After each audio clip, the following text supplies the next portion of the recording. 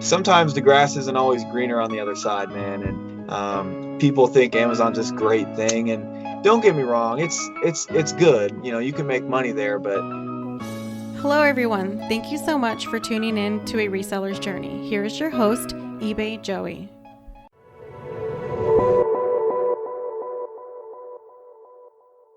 Welcome to the show. I am your host, eBay Joey. Today's guest I met at the Resellers Basketball Tournament in Las Vegas, Nevada. He is a young gun in the reselling game and is killing it. On his Instagram, you can see his journey from finds to shipping over 100 items in one day. In addition, he has over 3,000 followers. He goes by the name Matt Cline Hustle, but his grandpa calls him Matt. Welcome and thank you for being on the show. thanks, Joe. It's good to hear from you, man. Hey, likewise, man. I know we've been working on this for a while. So to get you on the show, it's a great opportunity.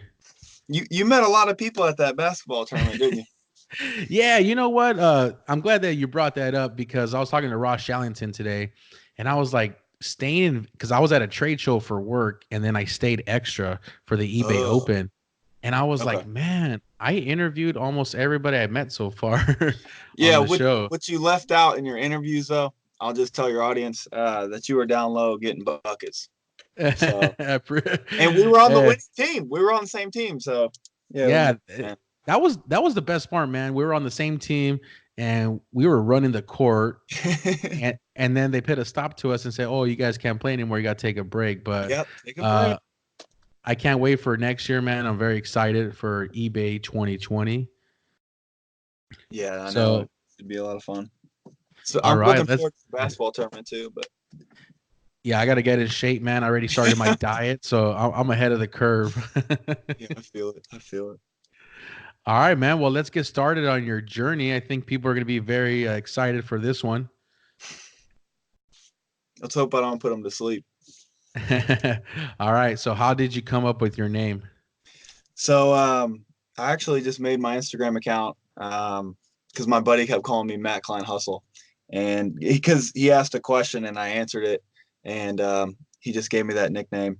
He said, you know, if your life ended, tragically or whatever, tomorrow, what do you want to be remembered for? And I mean, you can say a lot of things, but I just want to be remembered for one of the biggest hustlers in the game. So that's just where the name came from, man, and it just kind of stuck. So No, that's key, man. I think for your name to have motivation, it's definitely different than other people that are out there on Instagram. So, where are you based out of? Dayton, Ohio. Dayton, Ohio. Were you born and raised out there? I was not. I was actually born in Tarpon Springs, Florida, which is right next to Clearwater, Florida. So it's a big difference, man. Yeah. Yeah, I bet, man. From Florida to Ohio, I bet you. Do you guys have four seasons in Ohio, or compared to Florida? Does Florida have four seasons? I mean, kind of, but not really. Up here we get everything. We get the snow, we get the rain. It's interesting, but I kind of like it. I really like fall. Not everybody gets to see the leaves turn, as corny as that sounds, but it's just nice to appreciate Mother Nature, man.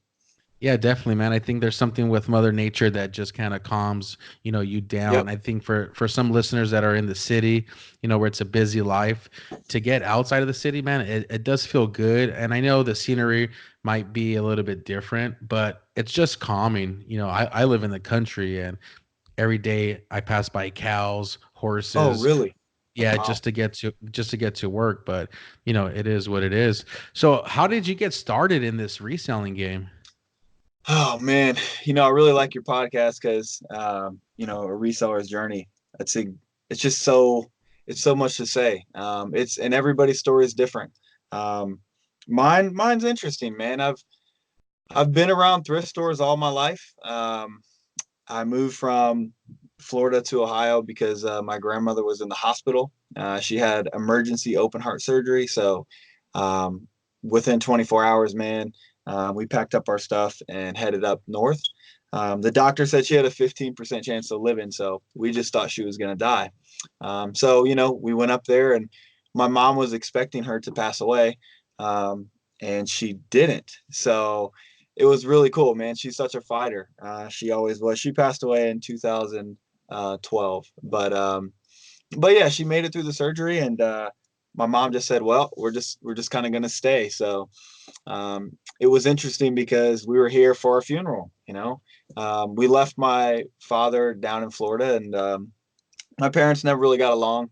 They have their whatever their business is, man, but they didn't really get along. So I thought, the separation between us was pretty tough, especially for a young kid. I was in the second grade, so but we started a life here, and the problem was we were coming here to visit or to pass through. We weren't Hmm. we weren't here to live, so we were homeless, and luckily my mom had a bunch of friends, but man, we would just bump house to house, and then we actually got put on a waiting list for a homeless shelter. So we were in there for about 7 months, and we got out and we got into public housing.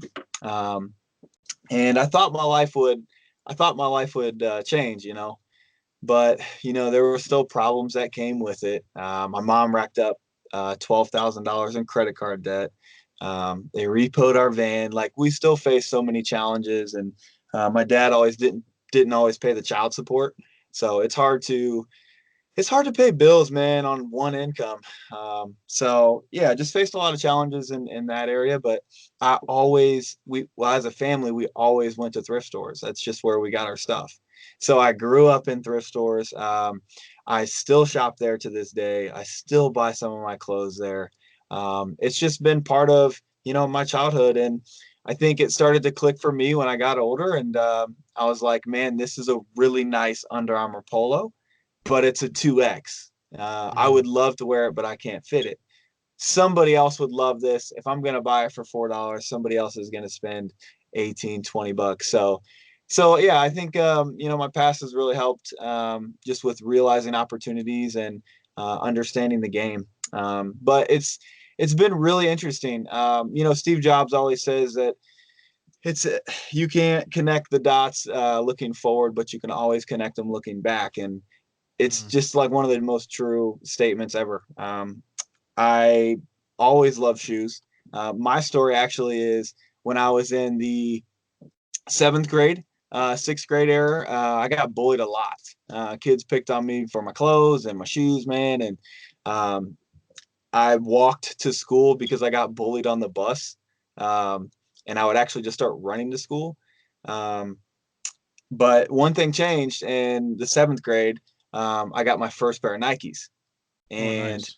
they were actually Air Jordan Mellow. I forget the exact name, but dude, they were sick, man. I was cutting lawns, and I, saved up my money and bought them. But it's like my whole life changed, man. Um, I got more confidence. I no longer walked with my head down in the school. Shoes are a conversation starter in general. So it was crazy. It gave me so much confidence, and I started excelling in sports. And then the next year in eighth grade, I started scoring all of our touchdowns. So I never got bullied again. But shoes have always been there, man, and that's just one of the reasons why I've created a nonprofit for that, alongside of my business. So yeah, that's my journey, man, and it's been fun. It's been crazy, and just a high level of gratitude, man. Seriously. So Oh, that's awesome. I remember talking to somebody, and I said, if I was raised a certain way and didn't have diversity, like you were, I mean, my parents are divorced, and there was a mhm. separation, and I didn't have my journey was not the same as yours, but we did shop a little bit at the thrift store. But if I would have had, my parents, if they would have stayed together, would I have had this hustle? Right. And Yep. so I ask you that question, where do you think, because the journey you traveled, that you do have this passion now just to grind and be the best there is out there? Oh, absolutely, man. I think early on I found it in sports. I was able to just put all my anger and frustration into football and track. And once my career was done and I had to hang up the cleats, where does it all go? So Hmm. it just got dumped right into reselling, man. And Yeah, it's that's a very interesting point of view, and you're absolutely right. Yeah, I like the fact that you have a purpose why you're reselling. And I think, you look at athletes out there, and when a loved one dies and they're playing Yeah. for that loved one, they ball out, man. Yes. Where, I mean, it gives me chills just even thinking about it. But you can go on YouTube, and I think it was Torrey Smith. I was watching Baltimore Ravens highlight, and his brother had passed away, and this guy just Yeah. had the game of his life. He went And off. yeah, he went Hmm. off. And similar to you, where it's like, your grandma passed away, your dad wasn't, making the payments like he should have. You guys got the car repoed, but now it's like you have a purpose. Because I look at your Instagram and I follow you, but you're so grateful to your mother for the sacrifices that she made. Is is she Yeah. does she help out with the business? Yeah. She does, man. I love her to death. She's always trying to help, and that's the thing. She can't list. I just got an iPhone in her hand, so we'll see, Okay. we'll see. But she doesn't list. She tried.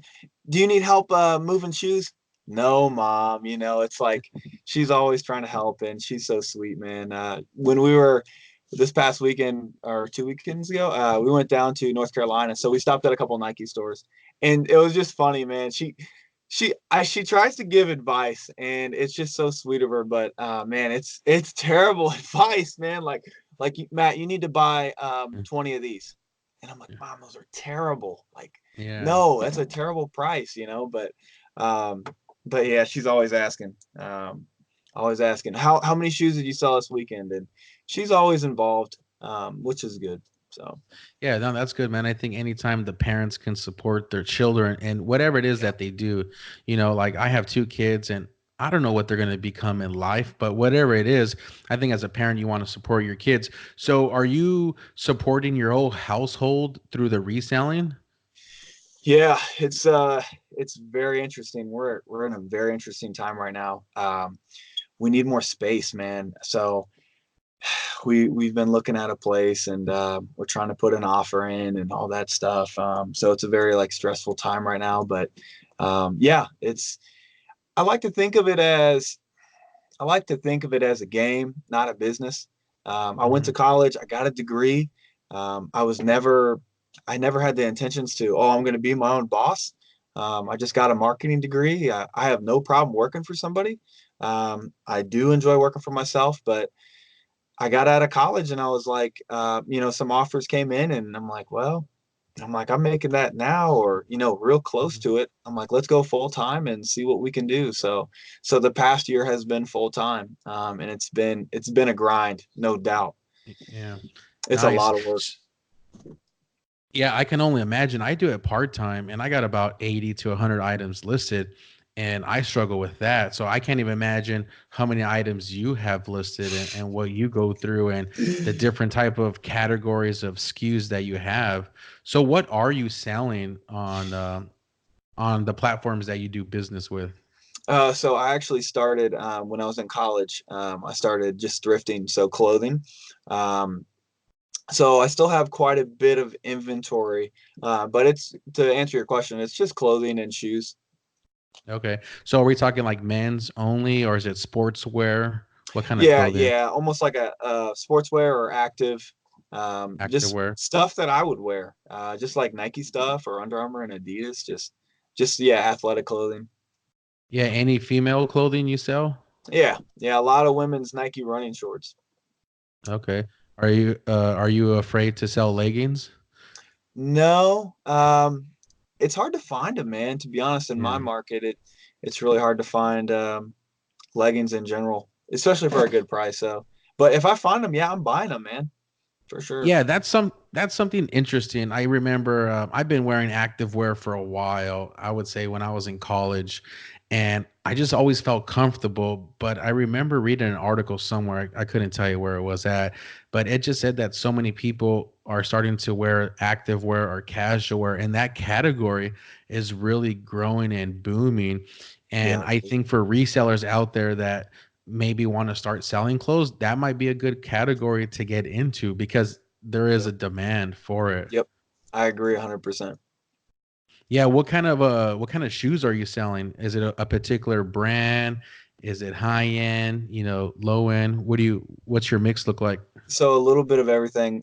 When someone asks that questions, when someone asks that question, I always say I sell shoes your grandpa would wear, and Okay. it kind of catches them off guard. Just anything, man. There's a couple markets, right? You have like your hype sneakers, you have your Jordans, you have all your Nikes, you have the low end stuff.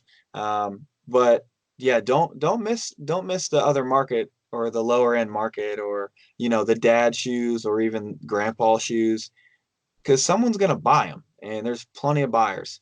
So Yeah, are you all about like the quick flip, or are you all about like the long haul?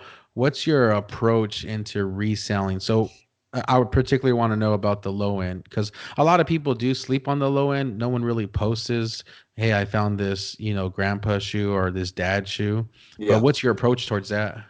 So if I see a pair of Nikes for $20 or less, I'm buying it. Mhm. I'm not checking comps. I'm buying it up, man. We got like 40 flex contacts a while back, but they were $12. I don't need to look that up. It's $12. Mhm. So my approach though is I probably hold on to things more than anyone else, I would say.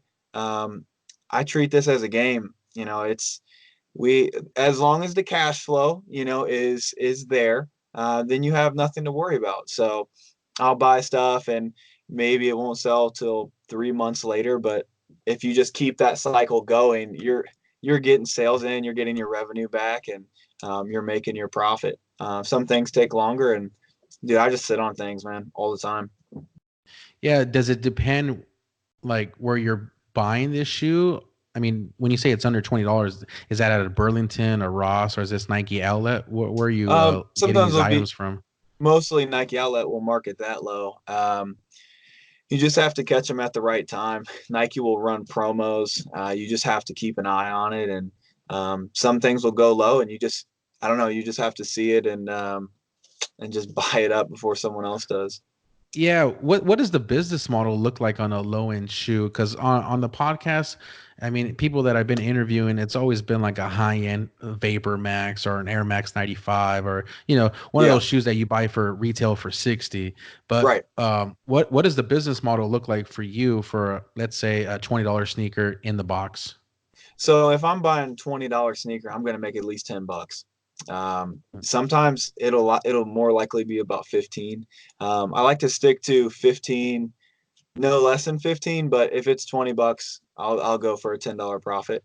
Um, some things though have been, the $12 shoes. I think we're making about $20 on them. So it just depends on what it is, and if we buy like the Air Max 95s, and I get them for about 70, I'm gonna try to make at least 35. I'm trying Okay. nothing, no $20 flips, man. I'm sitting on it, and somebody's gonna buy it. So just take time.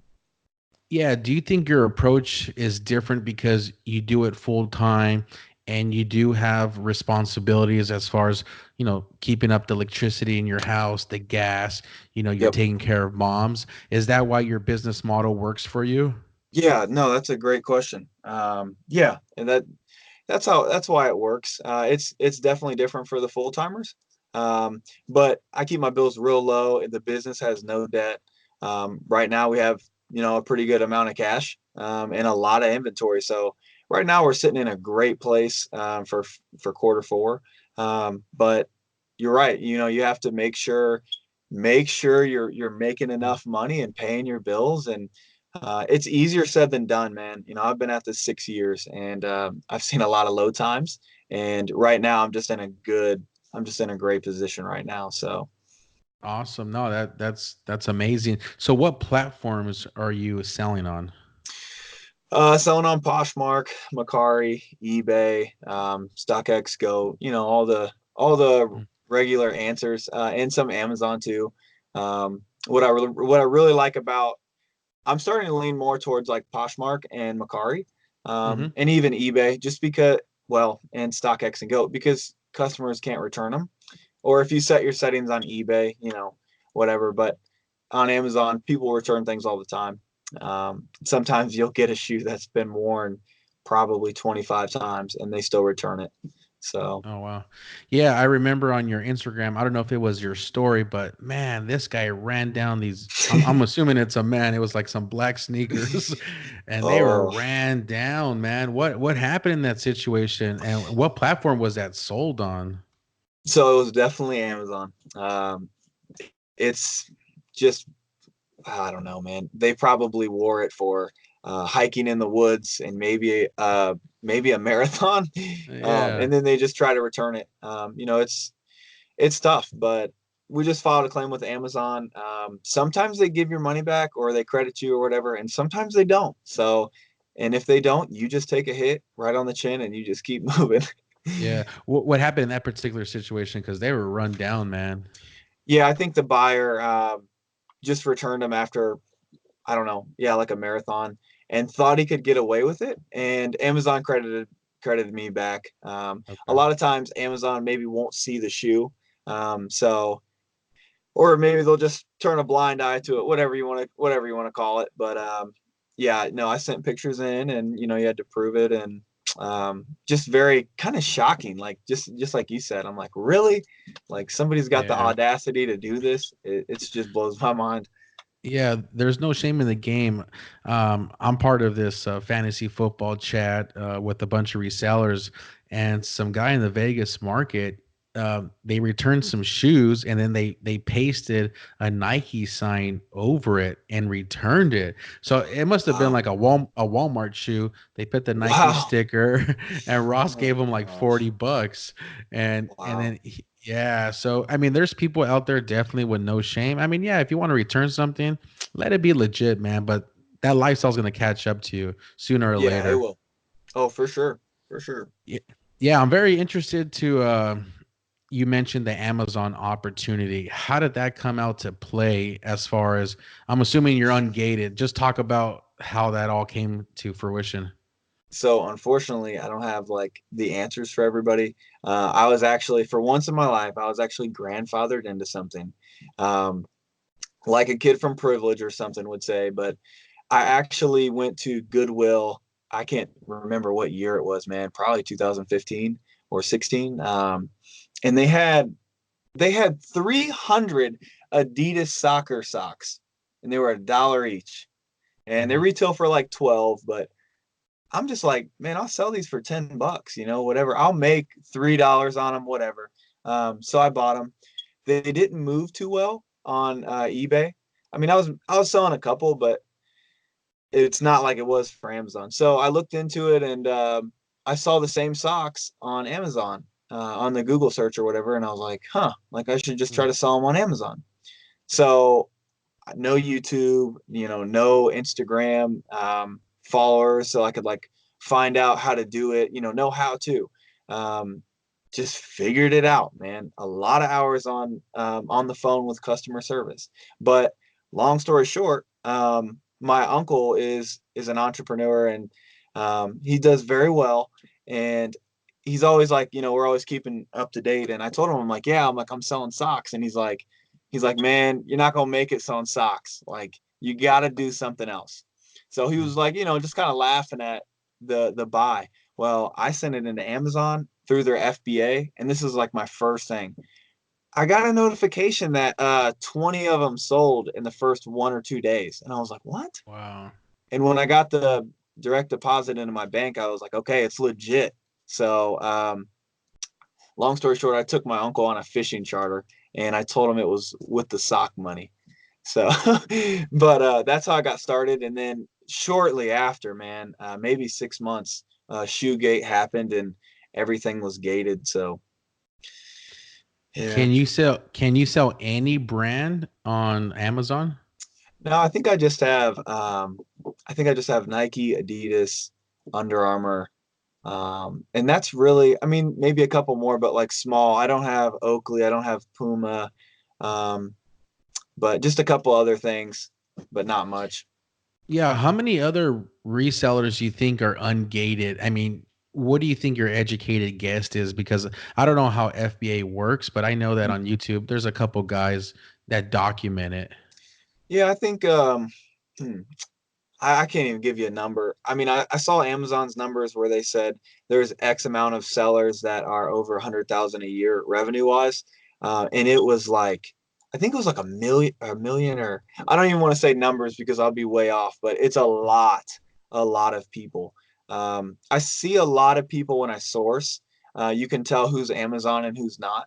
And there's maybe three guys in my area, well, plus me, so four, that are all Amazon sellers. Yeah. So do you think the Amazon sellers that are ungated, do you think they're mainly focusing on Nike? Yeah, that's a good question. I don't source enough from the Adidas store or the Under Armour store to know if they're there too. Mhm. But I would say, yeah, they're focused on Nike. I think everybody wants to get into it. But man, I'm just sometimes the grass isn't always greener on the other side, man. And people think Amazon's this great thing, and don't get me wrong, it's good. You know, you can make money there, but there comes a lot of problems, man, and you can really screw things up. So Yeah, that was my next question. I mean, I know I get a lot of like DMs, or I talk to people on the phone, and people are very curious about becoming ungated and the opportunities there.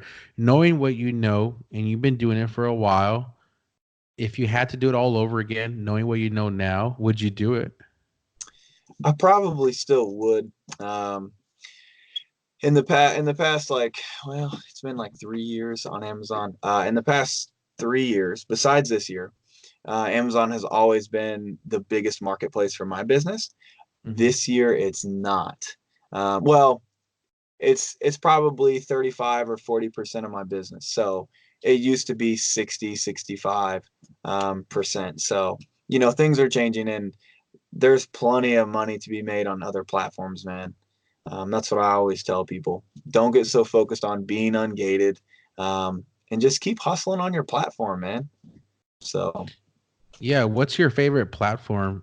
I mean, let's not include Amazon because we know that's a different beast and most people are not yeah, ungated. But, you mentioned Poshmark, you mentioned Mercari, eBay, which ones do you like? I really like eBay and Poshmark. I like Poshmark because maybe it's just because we're dealing with a majority of women, and they leave the nicest comments and love notes, and it's my positive feedback is so good, and I think it's evolved over the years. But I just like dealing with women, man. I hope that doesn't come off the wrong way. Um, I have moms like I started selling men's shoes on there, and I started thinking like, why are women buying men's shoes? Well, they're buying for their husband or they're buying for their Mm, son. The female of the house does most of the shopping. So if you can get mom as a customer, then you're yeah. you're pretty good. So that's why I like Poshmark so much. And then why I like eBay is because of the global shipping program. We ship a lot of soccer cleats. We shipped some to Honduras today, and I got a buyer in Wow. Malaysia. It's just really cool, man, to connect with people all over the world. It's mind blowing to me in Now, business. are those regular customers the ones that you talked about, like the Malaysia buyer or the one in Honduras, or is that just like a random international order? The Honduras one's a random, but most likely he'll come back and he'll ask me what I have. The Malaysia guy is on his like sixth order. And we're Instagram friends too, which is awesome because he literally just buys them for his village and basically like contracts them. So he'll collect the money from some of the people and then he'll place the order and then he'll pass them out. That's from my understanding. I'm like, dude, if you're making money, good. Hmm. But if you're just helping out your village, that's cool too. So it's cool to see like his whole team and the cleats that you just sent him. I just love it, dude. It's freaking awesome. Yeah, are these like high-end cleats for the village players, or is it kind of mid-tier? So they really like the elites, but they like the pros.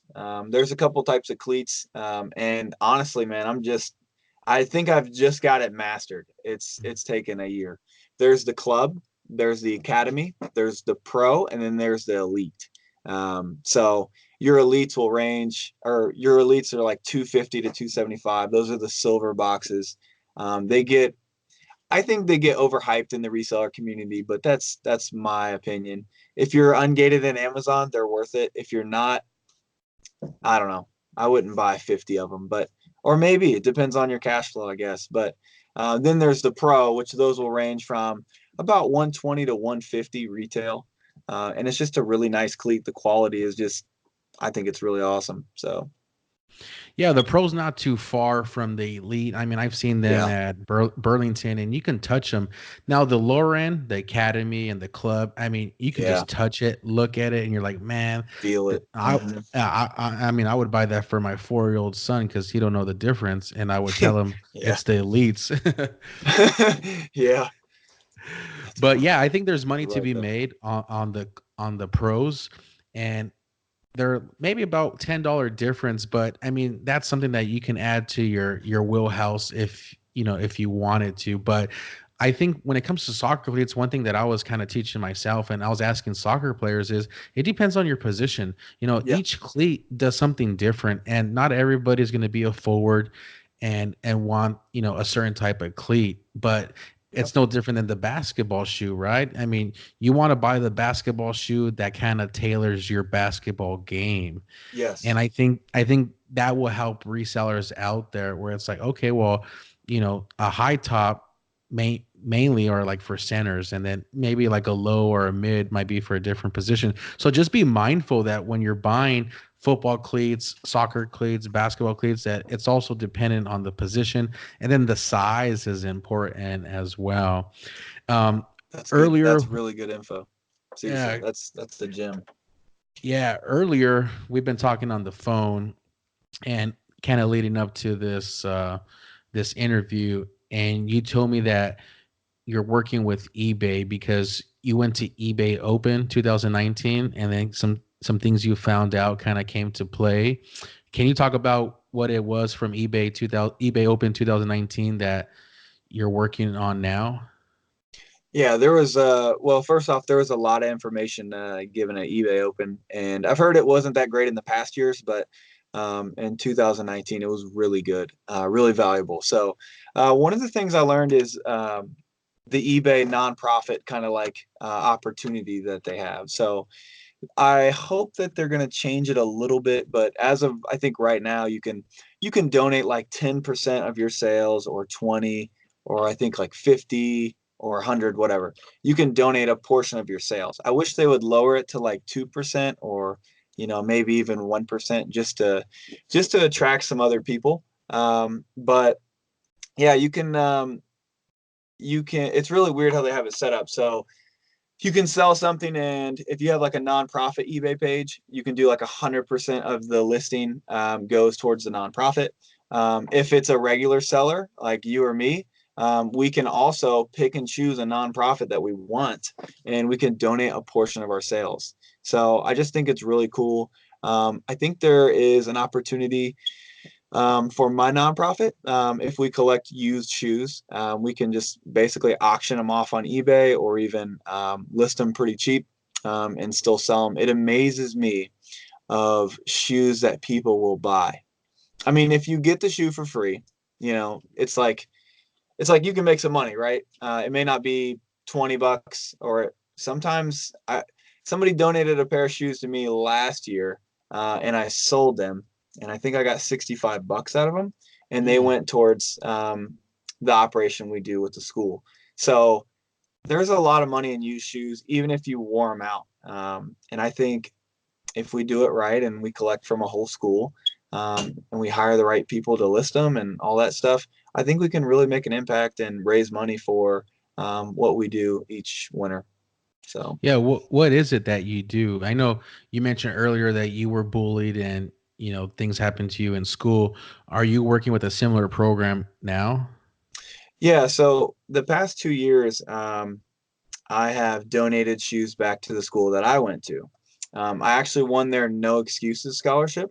It's a fourth and fifth grade school, but they remembered me as a kid. I guess we had a government gas voucher because we were driving back and forth from the shelter. I had no idea about that, but the principal at the time was telling me, and I just really liked just the school in general, man. And so I started going back, and the first year I think I only did like 12 pairs of shoes.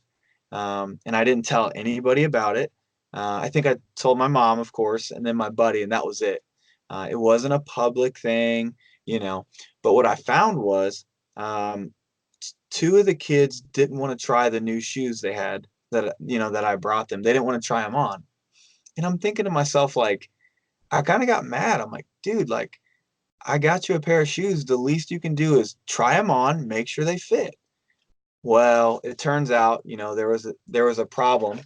Um, he didn't have socks on, and he was embarrassed. He didn't want the other kids to know. Same with the other kid.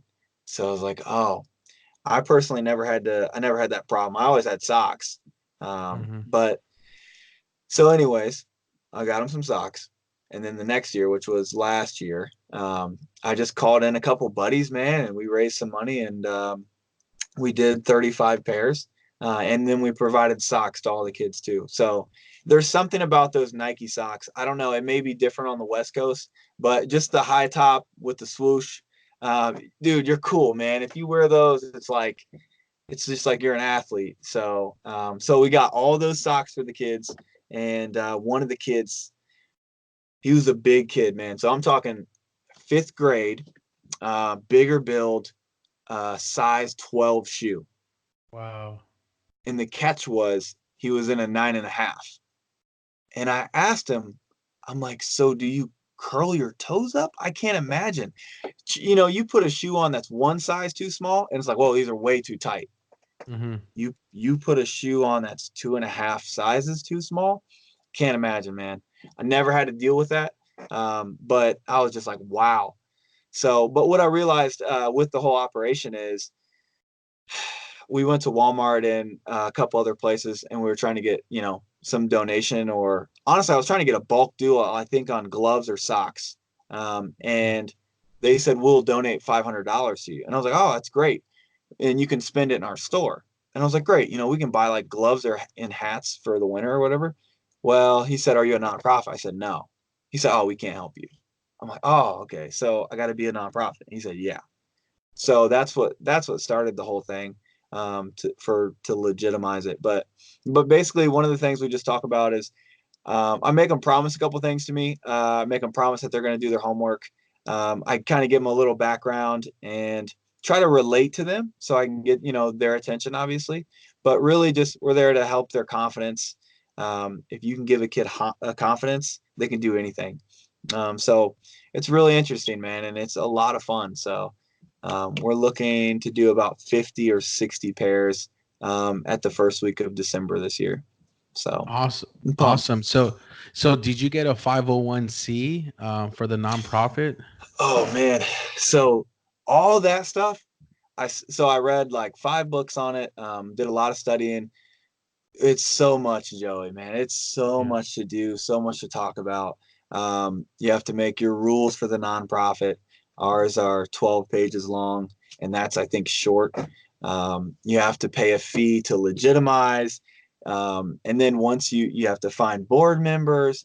It's just so much stuff, man. I didn't realize it was this much work, but because I'm halfway into it, I'm like, I might as well just keep going.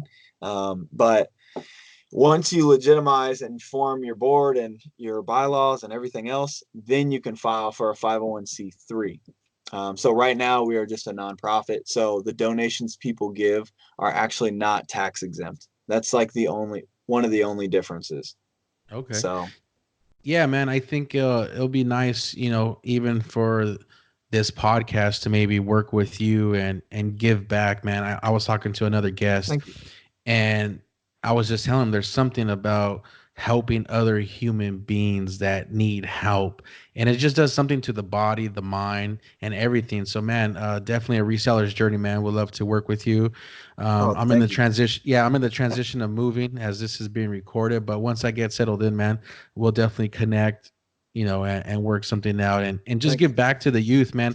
The youth is the next generation. And I know a lot Yes. of people give, you know, millennials a hard time, but man, on Instagram, a lot of millennials are grinding. They're Yes. hustling. And some of these resellers. I know there's some women out there that are also millennials, but man, they're going to college and then they're going to school. I know another guy.